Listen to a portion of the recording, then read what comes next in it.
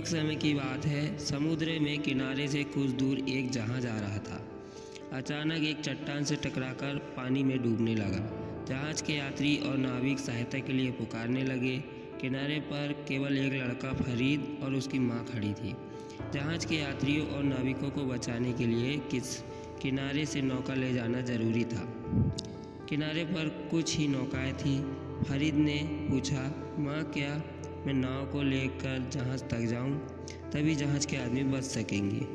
बालक की माँ उसकी यह बात सुनकर घबरा गई, क्योंकि कुछ दिन पहले बालक का पिता भी नाव लेकर समुद्र में गया था, जो कि आज तक वापस नहीं लौटा।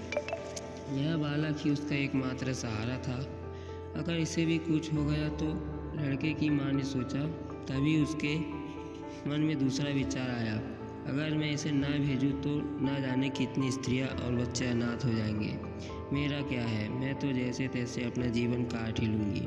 उसने अपने बेटे को नाव ले जाने की अनुमति दे दी। फरीद शीघ्र ही नाव लेकर जहाज तक पहुंचा। उसने डूबते जहाज से लोगों को बचा लिया। उन्हीं लोगों में उसका पिता था। पिता ने अपने बेटे को सीने से लगा लिया। बालक ने पूछा, पिताजी, आप यहाँ कैसे?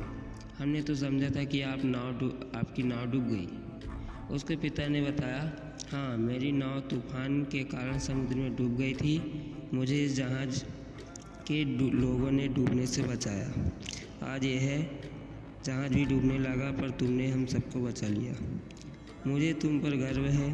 फरीद की माँ अपने पति को जीवित देखकर खुशी से रो पड़ी। वह अपने बेटे के साहस पर प्रसन्न थी। वह सोच रही थी कि उसने अपने बेटे को लोगों की मदद के लिए भेजकर ठीक ही किया था। उसके इस निर्णय से कई लोगों के साथ साथ उसके पति की भी जान बच गई थी।